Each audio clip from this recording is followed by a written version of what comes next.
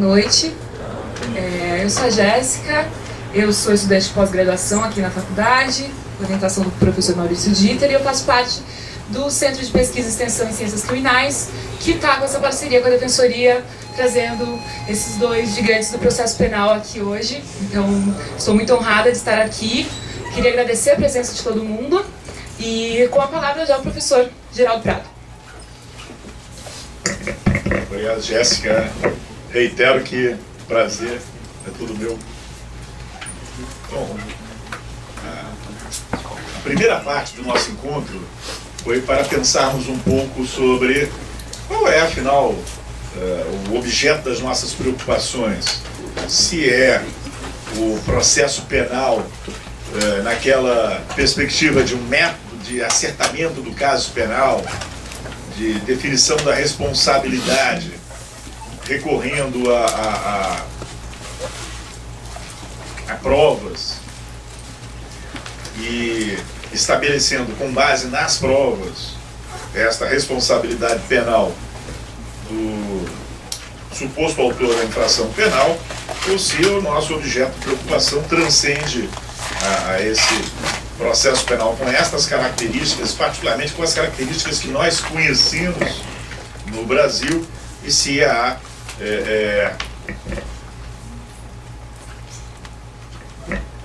métodos de arbitramento e responsabilidade que tenham como questão central a notícia de uma infração penal e que não se resumem ao processo tradicional, e existindo esses métodos, que desafio epistemológico ele coloca para todos nós. Então, foram, como eu disse, linhas muito gerais, muito rascunhadas de um pensamento que eu queria compartilhar com vocês. A segunda parte, hoje e amanhã, nós vamos nos concentrar no direito probatório. Porque eu sou da opinião que é um tema relevantíssimo em virtude dessa globalização jurídica, do diálogo entre tradições jurídicas bastante diferentes, em um campo delicado que é o de responsabilização criminal. Entender bem que são as várias perspectivas, ou como eu as chamo, as várias dimensões probatórias, nos permitirá avaliar se o discurso jurídico em torno delas hoje, especialmente nos processos penais que tem atraído a atenção maior, que são processos penais, em alguma medida paradigmáticos para o sistema de justiça criminal, para a racionalidade do sistema de justiça criminal, como é que esses discursos funcionam ali, como é que essa coisa funciona. Mas antes de passar para essa segunda parte, eu queria inverter a coisa, eu queria ouvir vocês um pouquinho sobre o que foi dito no primeiro tempo, porque afinal só eu falei, não há diálogo quando você tem apenas uma pessoa falando, ainda mais como espectadores. Eu sou muito cioso da ideia da produção coletiva do conhecimento. E, se o professor me permite, professor Ricardo, até porque eles são meio tímidos, começar com o professor, se pudéssemos estabelecer só um diálogo inicial, porque tem também, abusando aí do querido Vinícius, tem o Vinícius também que participa, eventualmente o Yuri, e aí os demais todos, para vocês se sentirem à vontade para a gente pensar isso aí. Pode ser? Tá bem, claro.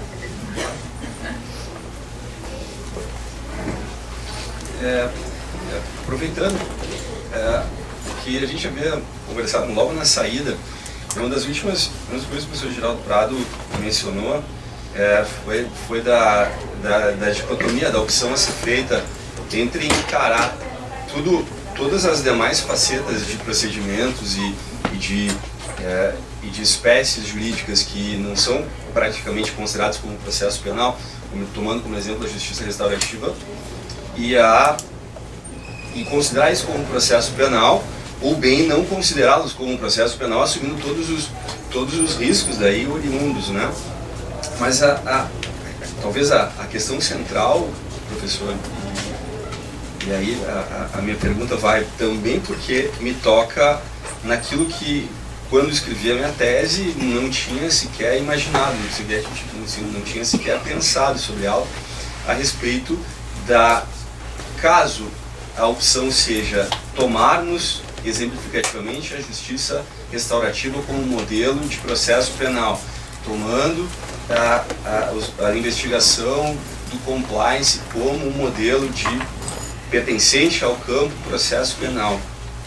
Como lidar com as categorias, né? Ou seja, o exemplo que o professor Geraldo deu foi da validade ou invalidade, mas ao mesmo tempo poderia tocar a prova ilícita e o compliance, né? Então, haveria, portanto, a produção de uma prova ilícita entre particulares, né? A gente sabe, o modelo americano não admite isso, né? Só entre a relação Estado e indivíduo. A minha provocação ou pergunta seria como a gente pensa, qual seria a melhor estratégia, né? Porque deixar a coisa fluir acaba produzindo efeitos bem perversos, como eu próprio me penitencio em relação à própria delação premiada, colaboração premiada, em que nós nos omitimos, nós temos responsabilidade política por deixar a jurisprudência assentar as bases. Talvez o Vinícius aí tentando apresentar um programa de como funciona a colaboração, isso não tirando mérito, pelo contrário, elogiando, talvez seja um dos poucos trabalhos que trate sobre isso, mas talvez fosse o caso de já termos um trabalho da magnitude do trabalho do Vinícius muito antes. Enfim, é mais ou menos esse sentido. Então, respondendo ao professor Ricardo, eu me lembro do início da vigência da Lei 9.099, professor, e da ideia generosa da solução consensual, em especial a conciliação civil com eficácia penal, que está prevista na Lei dos Juizados Especiais Criminais, nos artigos 74 e 75, e até mesmo a transação penal, da qual eu fui muito crítico e sou ainda, e as razões estão expostas no Transação Penal, está publicado pela Almedina. Ali na conciliação civil com eficácia penal, logo no início da vigência da lei, ele disse o seguinte: necessitamos de um juiz que seja um juiz capaz de promover o diálogo entre os sujeitos, que são os sujeitos do conflito, efetivamente. Hipotética vítima, hipotético agente, eles estão ali numa situação de tensão, em uma situação de antagonismo explícito, e a notícia do crime, ela funciona como um pretexto para que uma instituição ela possa buscar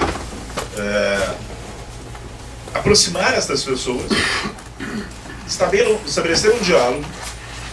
Naquela época não havia Lei Maria da Penha, também, nos casos de violência doméstica, eram tratados ali a lesão corporal de natureza leve, dolosa, e outras infrações de vizinhança. Esse juiz teria que ser um agente ativo. E no processo penal tradicional, esse juiz, o juiz do processo penal tradicional, ele teria que se afastar da situação controvertida entre Ministério Público e a defesa e o acusado, para ter uma melhor condição de análise das provas que embasarão a sua decisão. Então eram dois comportamentos antagônicos. um juiz que necessitava ser um juiz ativo, um juiz de intervenção, um juiz que, ao ser um juiz ativo ali, ele certamente ouviria versões daquele fato, e sendo humano, estas versões, elas teriam alguma implicação no seu sistema de crenças. Ele tenderia, como qualquer outra pessoa, a valorar de uma maneira especial um ou outro relato, e qualquer que fosse o relato que ele viesse a privilegiar, estaria privilegiando não a partir de provas produzidas, mas a partir pura e simplesmente dos relatos e do comportamento processual daquelas pessoas, vítima e suposta vítima e suposto autor do fato. Ele estaria atuando ali. Depois teríamos, não há conciliação civil, não há transação penal, teríamos um processo, uma acusação. Evidentemente o juiz não poderia ser a mesma pessoa. O juiz não poderia ser a mesma pessoa, e a lei dos juizados, ela não traz essa previsão. Ela não traz essa previsão. Isso se dá em 1995, apenas na reforma de 2008. Nós temos a introdução no processo penal brasileiro do princípio da identidade física do juiz, apenas na reforma de 2008, mas ali, em 95, eu também fui o primeiro. Encontrou o nome, então? Tá, depois passar pra gente. Eu fui ali o primeiro a dizer o seguinte: olha, a opção pela oralidade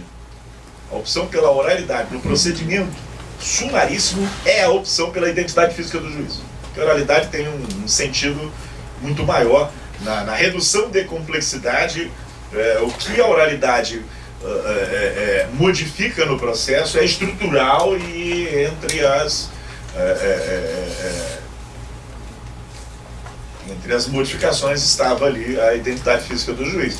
Portanto, o juiz do juizado teria que ser o juiz da prova ou da sentença, mas não poderia ser o da conciliação. E falei aquilo, escrevi.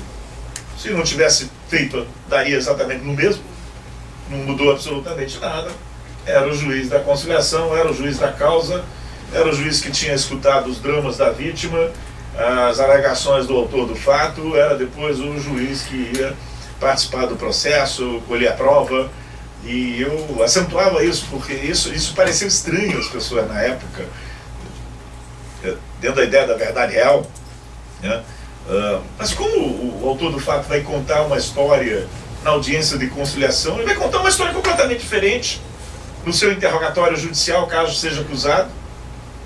E aquele juiz ouviu as duas histórias, ele vai ter uma atitude de levar em consideração o relato, a história do interrogatório, e não a da tentativa de conciliação.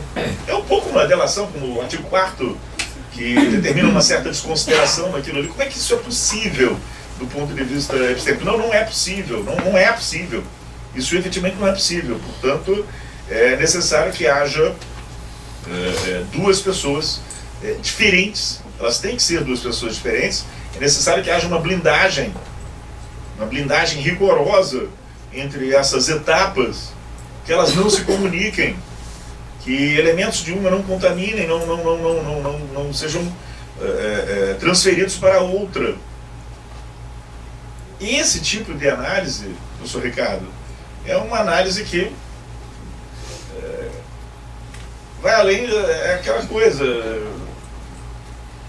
Vamos fazer um levantamento do que foi publicado sobre a Lei 9.099 nos seus primeiros anos de vigência. Vai além dos comentários sobre a lei.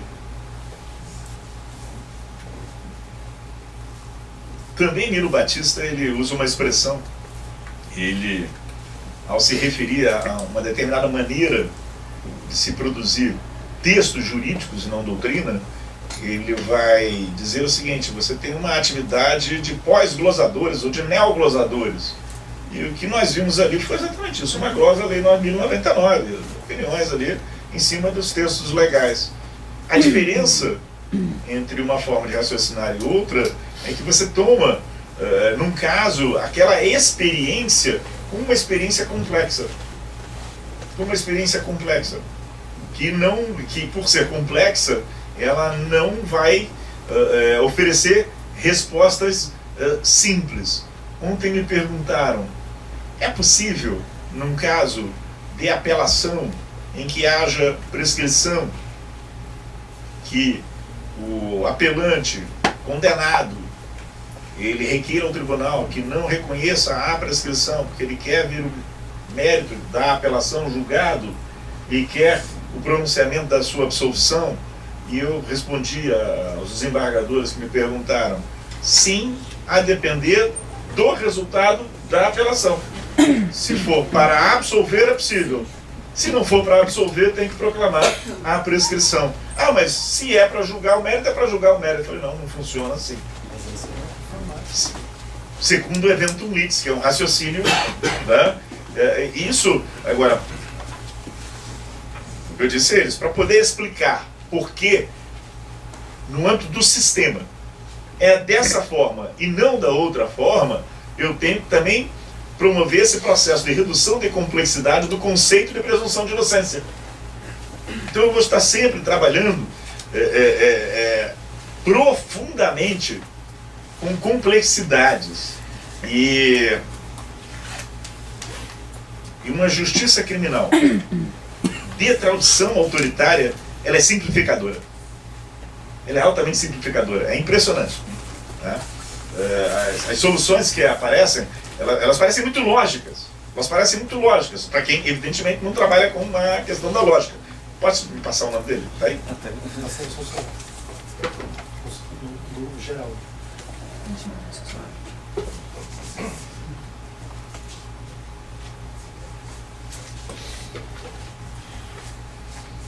Que é a filosofia do direito probatório, a justiça em busca da verdade, em inglês, né?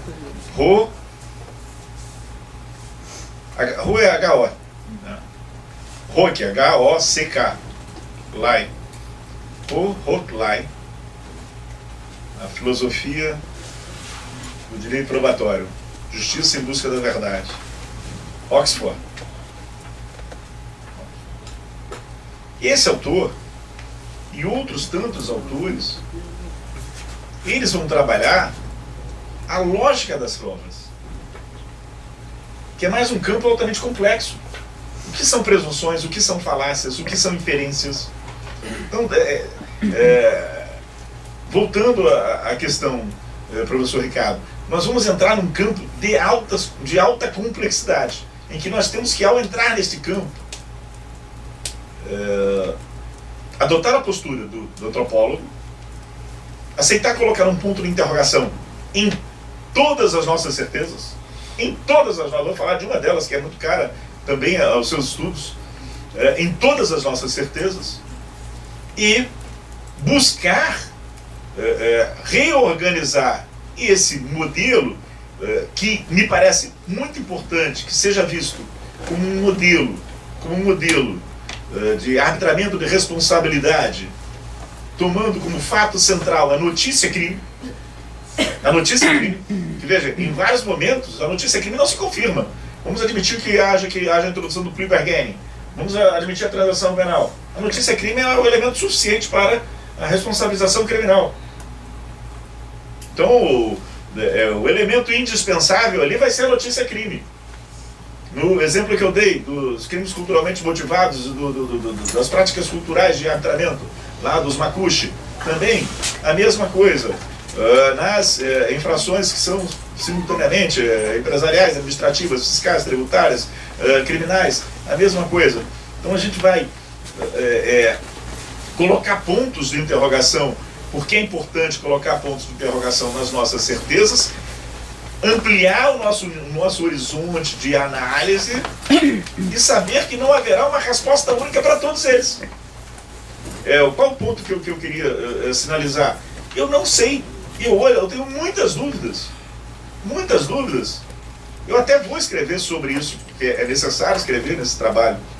Não tem como escapar de escrever, mas eu tenho muitas dúvidas se vale... Qual o significado dos sistemas processuais desse... Entendeu?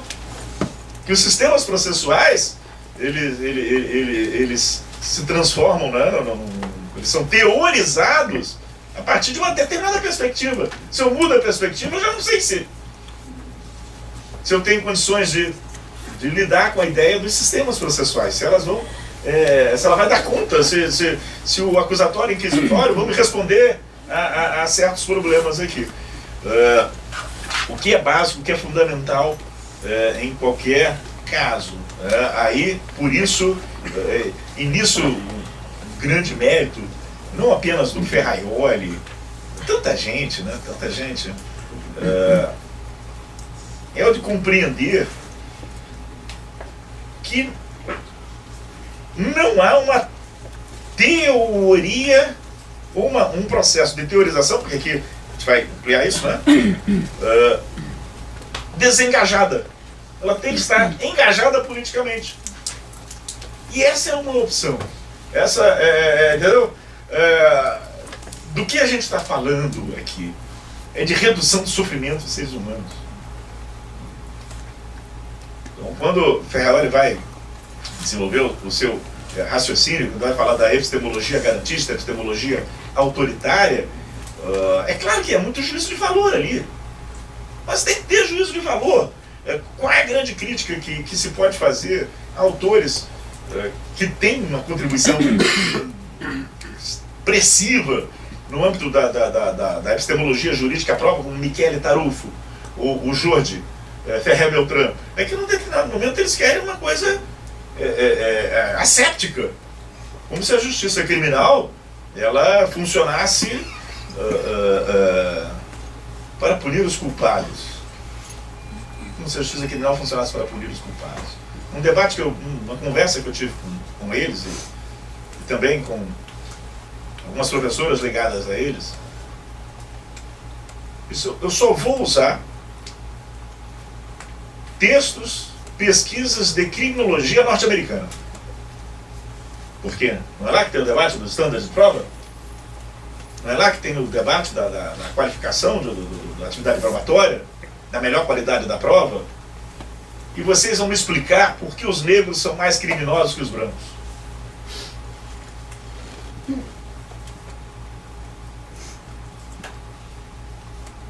Checkmate, cara. Porque a pergunta não é queremos então uma justiça para punir os culpados. A pergunta é anterior. Como é que eu defino quem é culpado e quem é inocente numa sociedade? Por isso tem que ter um compromisso criminológico. Não há...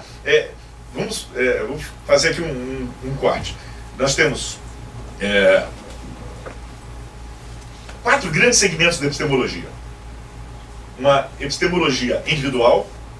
Epistemologia individual. Então ela está focada no conhecimento de fatos ou no conhecimento de objetos e como é que esse conhecimento ele é possível. Se é possível, se não é possível. Um juiz pode concluir alguma coisa a respeito da existência de um determinado fato, o crime ou área. Uma epistemologia social.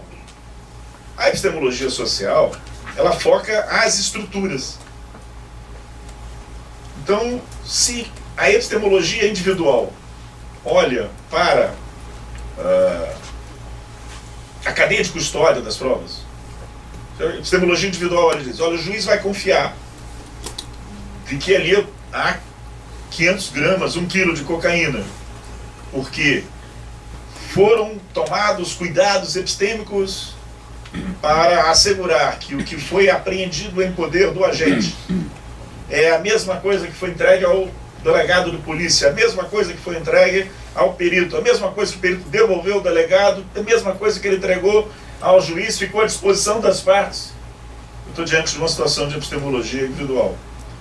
Quando o Código de Processo Penal de 2008 ele é alterado pela Lei 11.719 e o procedimento é reestruturado, ele sai de uma estrutura bifásica, investigação criminal e processo, para uma estrutura trifásica, investigação criminal, admissibilidade da acusação e processo.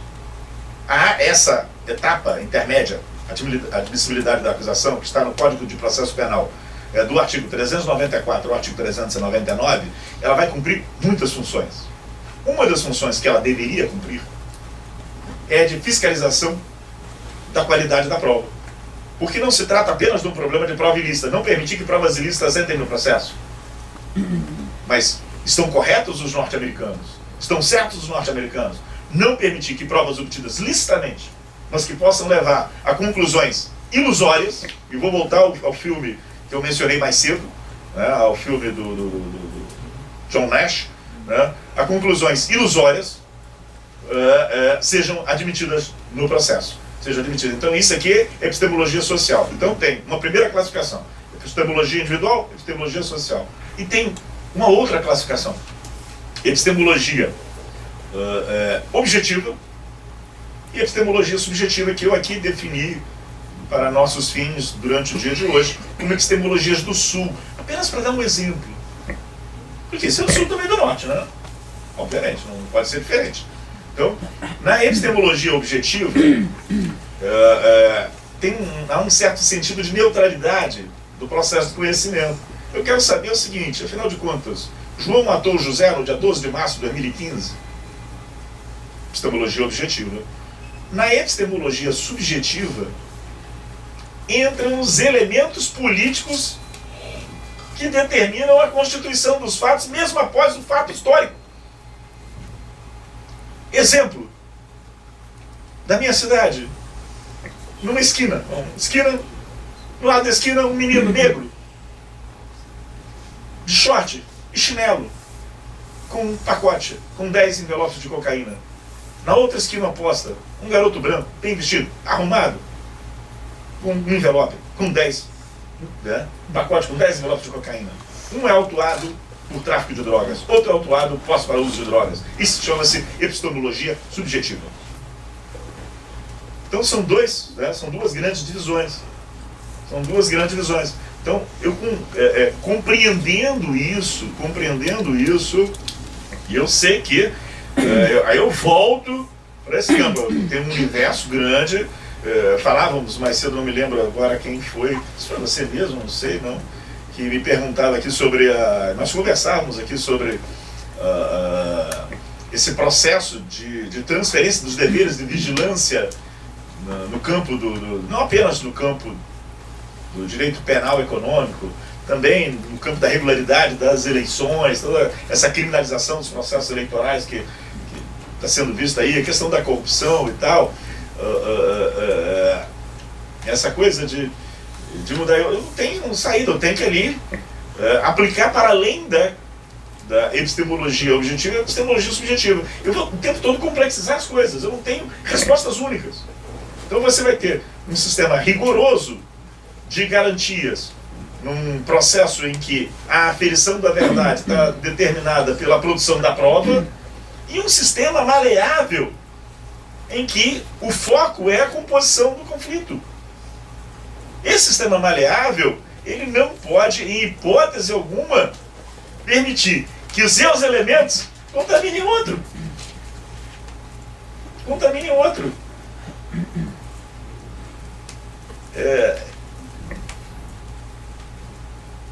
Mas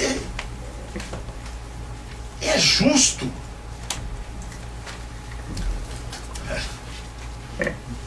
Não é, né? Em determinado momento tem que lembrar que a justiça enforcou Tiradentes. Meu Deus do céu. Não, estamos falando de delação premiada como se não conhecesse o Joaquim Silveira dos Reis. É a memória de... não vou nem, vou em homenagem ao YouTube, vocês aqui não vou nem dizer, né, o que eu penso da memória. Porque não faz... Então, o grande desafio, professor, ao aceitarmos, primeiro, não adianta, se não aceitarmos, essas infiltrações se darão. Elas já estão se dando. Professor Vinícius, eu não cheguei, eu fiz questão fui um dos primeiros a adquirir o livro do professor Vinícius, porque eu emiti um parecer no caso, lá da manutenção, não da delação, da colaboração premiada da JBS. mas eu não cheguei a ler o livro todo. Então eu não sei se o professor Vinícius toca ali num ponto fundamental, que é o Estatuto Ético dos Advogados que atuam nas delações. Isso faz parte do processo penal. Isso é matéria de processo penal. Você vai estar sujeito do processo penal, abre lá o código sujeito do processo penal. Aí aquilo ali não é resposta para os nossos problemas. E se você tem 4 advogados no mesmo escritório, olha como funciona em outros lugares, como é rigoroso, como é rigorosa a blindagem. Não pode falar, não pode falar, não pode conversar, não pode conversar. Então, não há como fugir de, na minha opinião, eu posso até fugir dizendo o seguinte: processo penal é só isso. Mas eu vou continuar com castigos. E essa área daqui vai o tempo todo influenciar, vai entrar aqui na delação premiada. Nesse exemplo é muito claro. Eu sentado num restaurante. Os professores que estão aqui concordam comigo. O professor é como padre. O sujeito te vê quer contar uma história. É impressionante. Eu sentado. O sujeito senta. Acabei de vir de uma audiência de colaboração. Rapaz, eu vou te contar. Eu falei, a mim não. A mim você não vai contar. É preciso que isso esteja, Vinícius, no código. Eu não posso dizer para o advogado que ele não pode sentar numa mesa de bar e contar a atividade preparatória de uma colaboração. Eu não posso dizer isso. Então, vejam, vamos ter que repensar as categorias. Algumas podem sobreviver, mas